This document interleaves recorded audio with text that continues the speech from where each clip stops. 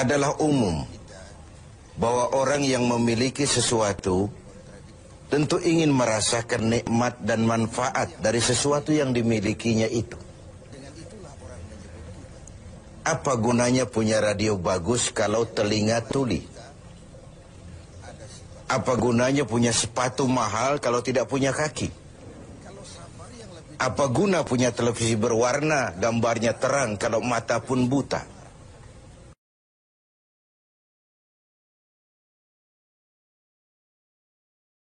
Korupsi, dulu korupsi katanya di bawah meja, sopan malu-malu. Kemudian maju, korupsi di atas meja, terang-terangan. Sekarang meja-mejanya dikorupsi. Bukan lagi atas meja, bawah meja, meja-mejanya disikat sekalian. Dan celakanya di mana-mana tuh tukang sunat merajalela. Tukang sunat turun ke bawah sunatin, turun lagi sunatin, turun lagi sunatin, nyampe ke rakyat ujungnya doang dikit banget. Kebanyakan tukang sunat. Yang disuruh ngurus beras, nimbun beras. Yang disuruh ngurus laut, jadi bajak laut. Yang disuruh ngurus hutan, rame-rame, jadi orang hutan. Yang disuruh ngurus hukum, malah bikin hukum kayak pisau. Orang jadi nggak takut, hukum nggak berwibawa. Mestinya kalau kepolisian, kejaksaan, kehakiman bekerja bagus, KPK nggak perlu ada. Ya, itu kan ad hoc. Dibentuk KPK karena kinerjanya nggak memuaskan. Nah, satu saat KPK nggak perlu kalau polisi, jaksa, hakim kerjanya cakep. Ya, ya.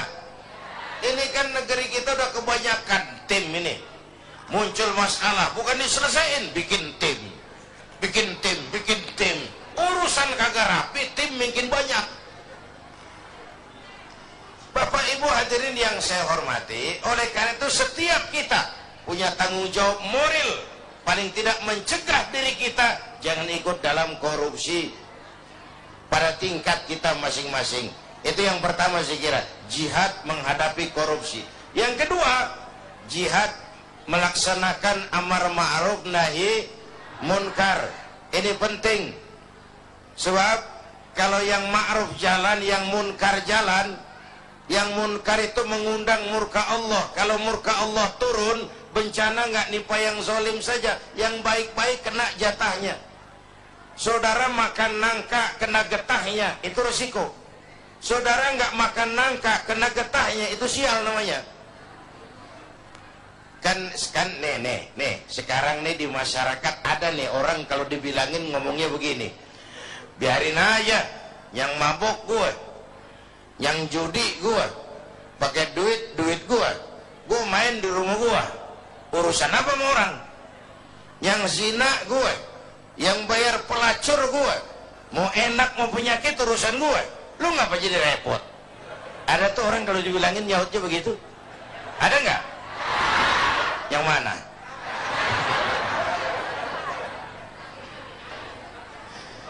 Saya kasih contoh lagi yang enak. Ini tengah hari panas begini, makan jambu air enak gak? Nah, naik ke pohon jambu.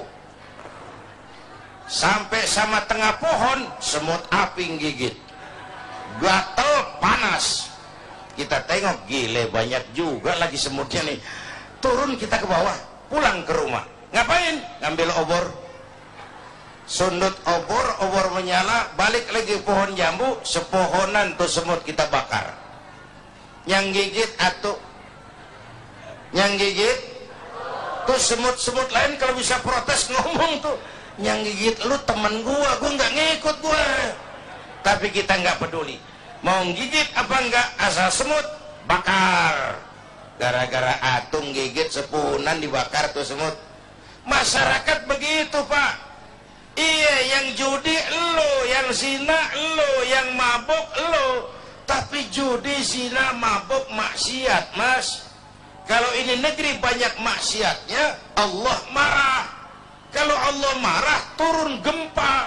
Kalau turun gempa, yang mampus bukan lu doang, moyong. Bareng rame-rame. Iya. Iya. enak kalau gempanya milik Kiai, mohon minggir ya, mau gempa nih. Aduh, sopan bener itu gempa. Itu perlunya amar ma'ruf nahi munkar.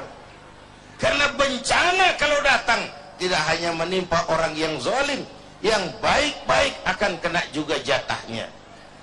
Bapak Ibu hadirin yang saya hormati, nah pelaksanaannya memang amar ma'ruf lebih gampang daripada nahi munkar. Orang kalau diajak sholat paling kagak mau gitu dong, dah kagak marah, kagak ngomel. Tapi kalau dilarang mabuk, berkelahi. Diajak dilarang berjudi, dilarang berzina, bisa berkelahi. Tapi dua-duanya harus dilaksanakan. Itulah sebabnya ini jihad. Beramar ma'ruf, apalagi bernahi munkar, itu merupakan jihad yang harus kita laksanakan. Kedua-duanya, nggak boleh pisah. Kalau yang ma'ruf jalan, yang munkar juga jalan, ya seimbang dong. Nah yang rugi, yang celaka sekarang nih, Bu, kalau ukuran ma'ruf munkar masih jatah kayak zaman kita nih, masih enak. Satu saat mana yang ma'ruf, mana yang munkar jadi remeng. Ya, ini zaman apa sih katanya, zaman orang pada pinter bikin bungkusan, entertain, ya, orang pada pinter bikin bungkusan, yang ma'ruf kelihatan munkar, yang munkar kelihatan ma'ruf. Ayo udah ngalamin belum saat begitu? Ya, yang jujur dimusuhin. Udah kejadian kan, yang laporan anak pada nyontek tuh dimusuhin yang jujur. Itu kan yang ma'ruf jadi munkar, yang munkar jadi ma'ruf. Terbalik nilai masyarakat kita. Ini menyedihkan, ini memprihatinkan, ini musibah. Kalau yang ma'ruf jadi munkar, yang munkar jadi ma'ruf, mau apa lagi kita? Masya Allah. Jangan sampai kita berharap ini Kiai, seperti yang Kiai katakan tadi, jangan sampai azab ini menimpa negara kita. Karena jujur saja bahwa negara kita ini masih terus membutuhkan petunjuk-petunjuk, kemudian jalan-jalan keluar, dan itulah fungsinya dari ulama. Sekali lagi, saling memberikan, mengingatkan kepada Anda. Tentunya para pemimpin, cuman dibutuhkan kejujuran di sini. Apakah kita mau diingatkan dengan agama itu? Nah, pemirsa, kita akan membahas lebih dalam lagi tentang materi kita, menanamkan sifat jihad dalam diri bangsa ini. Tentunya setelah pesan-pesan berikut, tetaplah dalam Damai Indonesiaku.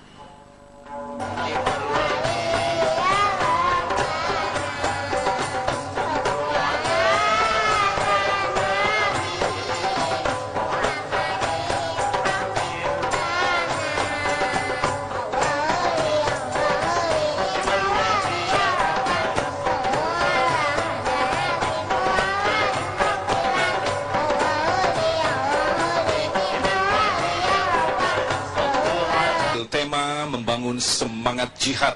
Tentunya dalam membangun negara ini kita diperlukan semangat jihad. Jihad adalah sebuah perjuangan yang maksimal untuk meraih ridha Allah. Tentu saja kita tidak bisa saja meminjam kata-kata jihad karena memiliki konsekuensi yang luar biasa.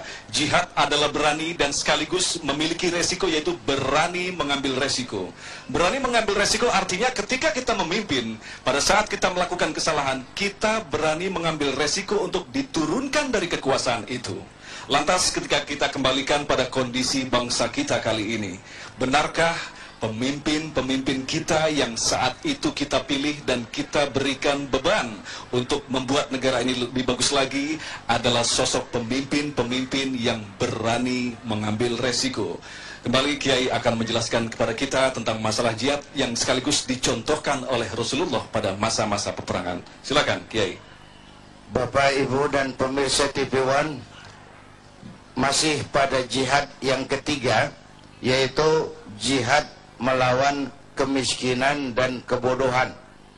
Ini Rasulullah mengajarkan salahu ummati bil ilmi wal mal. Umatku hanya bisa menjadi baik dengan ilmu dan harta. Artinya dengan pendidikan dan ekonomi.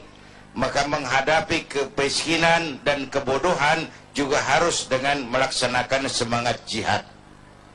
Nah, tiga jihad ini pasti ada resikonya. Tidak ada perbuatan yang tanpa resiko. Tidak ada perbuatan tanpa resiko. Mau jadi pohon tinggi, harus berani ketiup angin. Iya. Iya. Takut angin, jangan jadi pohon tinggi. Jadi rumput. Nggak ditiup angin, cuman diinjak kebo. Nggak ada perbuatan tanpa resiko. Makin tinggi nilai kepemimpinan, makin tinggi resikonya. Karena itu pemimpin bukan hanya punya konsep, tapi harus berani resiko. Konsep bagus tapi nggak punya resiko, nggak berani ngadepin resiko, ya jalan di tempat, Pak. Nyanyi di gurun pasir, kedengarannya doang merdu, kenyataannya kagak ada.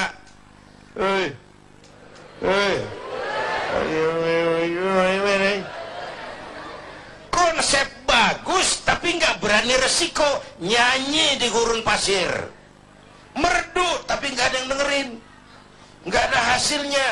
Kalau ngambil contoh dari baginda Rasulullah Shallallahu Alaihi Wasallam, beliau itu pertama sejak kecil ditempa oleh kesulitan.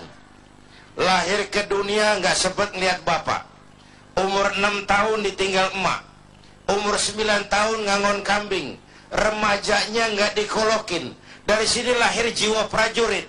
Tegar, tahan banting, nggak cengeng, berani resiko. Berani ngadepin resiko. Padahal jihadnya mula-mula teror mental. Teror mental.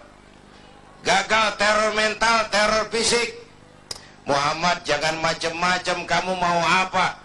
Kami ngerti Bani Hashim tidak bisnis, mau kaya, ngomong. Mau jabatan tinggi, jadi apa? Ngomong. Nggak usah ikut pilkada, ngomong. Mau perempuan cantik, anak siapa? Ngomong. Teror mental, gagal. Teror fisik, gagal. Kenapa? Beliau siap ngadepin resiko, berani. Sekali kaki melangkah ke depan, pantang surut mundur ke belakang. Itu namanya pemimpin. Jangan cuma ngatur penampilan pemimpin mah, berani resiko.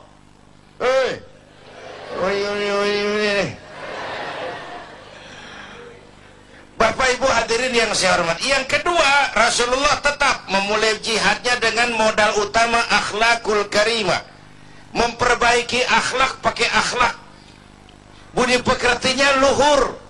Dipuji oleh Allah, wa innaka la'ala khuluqin azim. Yang ketiga, beliau pandai menginventarisir potensi. Kalau mau jihad harus ada kebersamaan, Pak. Coba lihat, Nabi punya Umar bin Khattab, Nabi punya Abu Bakar, Nabi punya Ali, Nabi punya Utsman. Ada penyandang dana kayak Utsman, ada jenderal kayak Umar, ada orang tua bijak kayak Abu Bakar Siddiq, ada anak muda intelek kayak Ali bin Abi Thalib, ada wanita budiman kayak Khadijah. Membangun kebersamaan, karena masalah yang kita hadapi sangat besar, perlu kebersamaan. Dulu pun waktu merdeka kita mikir-mikir, coba jenderal mana mau taruhan, bambu runcing merdeka ngelawan tank? Ya, ya, bambu runcing merdeka ngelawan meriam.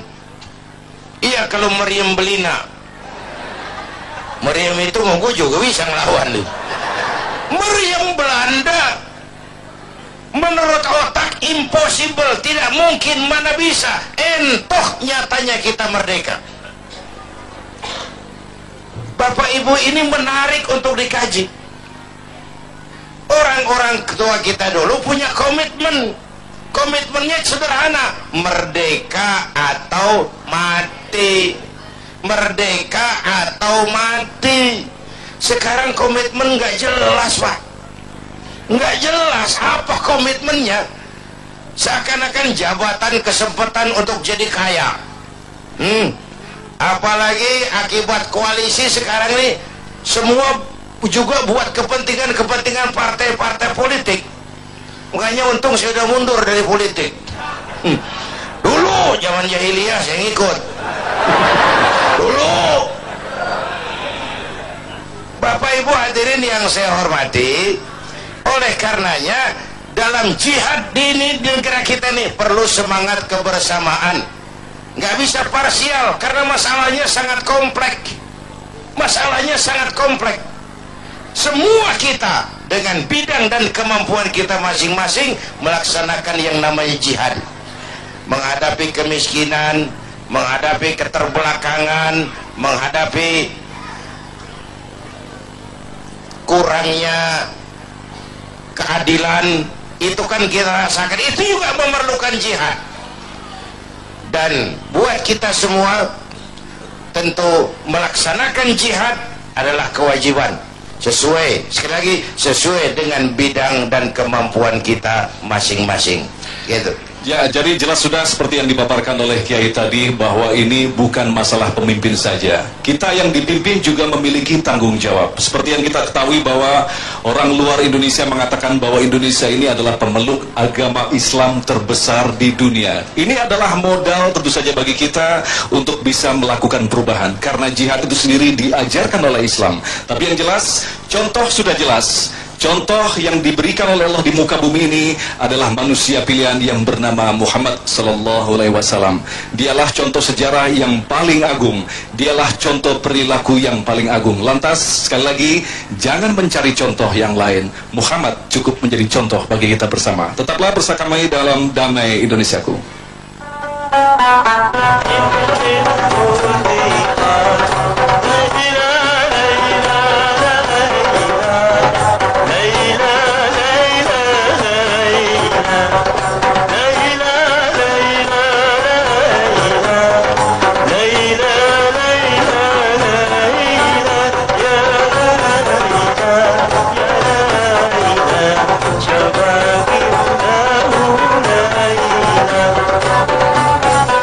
Ya, Ibu, Bapak yang Allah muliakan serta para pemirsa, tadi Pak Kiai terakhir mengatakan kita harus berjihad sesuai dengan kapasitas kita masing-masing. Ibu, saat Ibu memasak, ya, menyiapkan makanan sarapan untuk anak-anak, Ibu sedang apa? Berjihad. Ibu saat memandikan anak-anak, itu sedang apa? Berjihad. Ibu memeriksa PR anak-anak, mendampingi anak-anak belajar, itu sedang berjihad. Bapak pergi jam 6 pagi, jam 5 pagi mencari rezeki. Ada yang dengan kerja fisik, ada yang kerja intelektual, ada yang kerja mental sesuai dengan kapasitasnya masing-masing. Pulang jam 9 malam, pulang jam 10, Bapak pulang apa? Berjihad. Anak-anakku sekalian, adik-adikku sekalian, kalian belajar sungguh-sungguh, pergi ke sekolah, mengikuti materi pelajaran dari guru atau dari dosen, itu pun sedang berjihad. Jadi segala aktivitas kita yang diridhoi Allah dan orientasinya untuk supaya terciptanya keagungan Islam dan diridhoinya diri kita, itu adalah bagian dari jihad. Nah, jihad yang paling bisa kita lakukan pertama kali adalah ya di rumah. Di rumah. Makanya Ibu, boleh jadi Ibu sudah bekerja keras, belum tentu mendapat penghargaan dari suami, belum tentu. Ibu sudah ngajarin anak segala macam, begitu dapat rapot, suami nanya, sayang, ranking berapa? Ranking 1. Nah, hebat. Ayah juga dulu begitu. Nah, kalau adek ranking berapa? Ranking 2. Nah, hebat. Ayah juga begitu. Ayah nggak akan begini kalau nggak ranking. Ibu hanya duduk nonton TV, mindahin channel. Suami tidak melirik ke ibu, tidak bilang gini, "Mah, makasih ya anak-anak, nilainya hebat, itu karena perjuangan mama." Ya, suami ibu nggak ngomong gitu. Ya, nggak kan Bu? Nggak, ya. Bapak, hargailah segala kerja keras istri kita, walaupun hanya dengan kata-kata, "Mah, terima kasih ya, mama sudah berjuang, anak-anak alhamdulillah pada naik kelas, pada soleh," gitu. Ucapin aja Pak, begitu dah, nggak usah bayar, itu sangat mudah, sangat ringan ya. Apalagi kalau Bapak bilang, "Nuh, ada motor ke mama untuk ngantar anak-anak," gitu. Nah, gitu nggak Bu? Tidak, katanya Pak tidak ya. Jadi sebenarnya lahan jihad itu ada di rumah kita, ada pada diri kita. Bahkan bapak-bapak saja mau masuk ke masjid ini, begitu sendal berantakan, kan nggak enak lah sendal berantakan, dirapihkan. Itu berjihad, merapihkan sandal gitu. Bapak-bapak ketika tahu istri bekerja sendirian karena pembantu pulang, bapak nanya begini, "Mah, ada yang bisa dibantu oleh bapak?" Ya, ada, coba aja ngepel gitu ya, ngepel kayak suster ngesot. Nah, itu jihad bukan? Jihad. Jadi sebenarnya kita itu bisa menjadikan lahan jihad untuk seluruh aspek kehidupan kita. Bahkan bapak ibu duduk di sini berpanas-panas nih, para pemirsa di sini kan luar biasa panasnya ya, karena yang hadir begitu banyak. Itu sedang apa? Berjihad. Insya Allah. Jadi jelas sudah seperti yang dipaparkan Ustadz tadi, kemudian juga Kiai Haji Zainuddin, dan bahwa ternyata untuk memulai sebuah jihad yang besar adalah dimulai dengan jihad yang kecil. Jihad yang kecil lah hanya adalah rumah tangga kita sendiri. Sering kita menyalahkan orang lain, tapi jarang kita menyalahkan diri sendiri. Mungkin itu makna yang bakal kita petik dari bahasan kita kali ini. Dan jangan kemana-mana, kami masih punya satu kesimpulan untuk Anda. Dan di segmen terakhir nanti kita akan berdoa bersama-sama, tentunya masih bersama Damai Indonesiaku.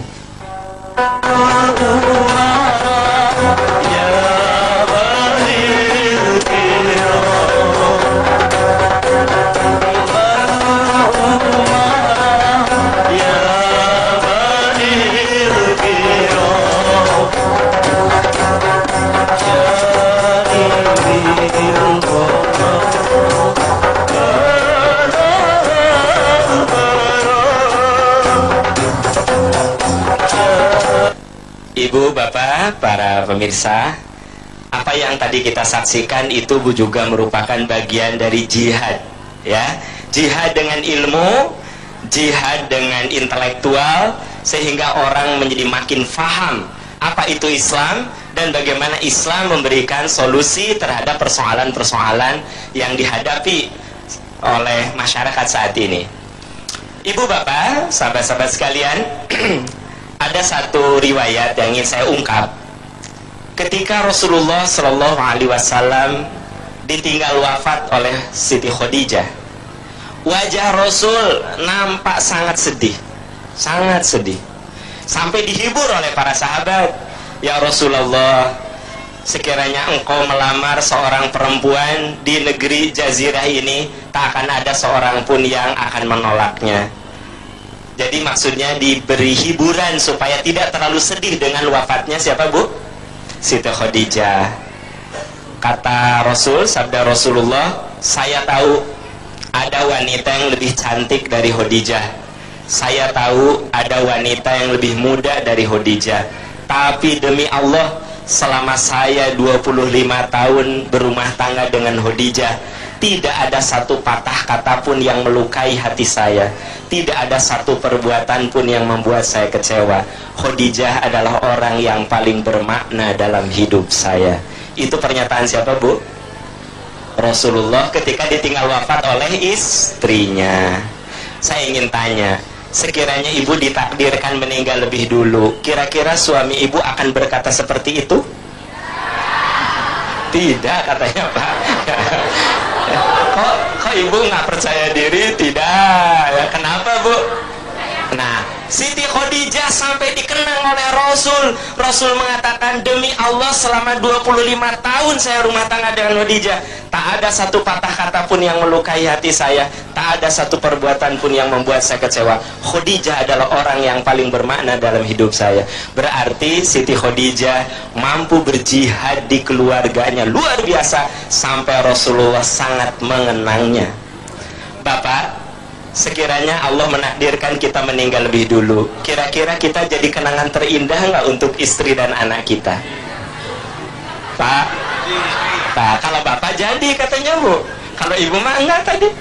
Ya. Nah, jadi kalau kita ingin menjadi kenangan terindah, jadilah kita ayah yang terbaik untuk anak-anak. Jadilah kita menjadi suami yang terbaik untuk istri kita.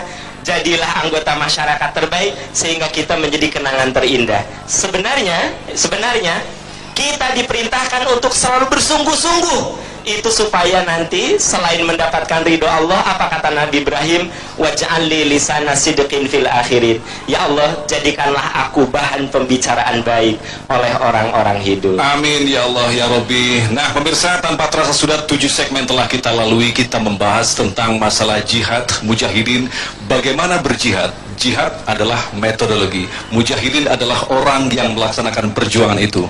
Apakah kita sudah mencapai pada posisi yang telah dicontohkan oleh Rasulullah? Marilah kita secara jujur bertanya kepada diri kita sendiri. Tapi yang jelas, yang perlu digarisbawahi, jihad bentuknya apapun juga tidak akan bermakna apa-apa tanpa doa. Nah insya Allah di segmen yang terakhir nanti kita akan bermunajat kepada Allah dengan kerendahan hati. Mudah-mudahan bangsa kita yang kita cintai ini akan diberikan keberkahan bagi Allah dan bukan bencana seperti yang telah dijelaskan tadi oleh Kiai Haji Zainuddin MZ. Pemirsa, kita akan berdoa bersama di segmen 8, tapi jangan kemana-mana, tetaplah bersama kami dalam Damai Indonesiaku.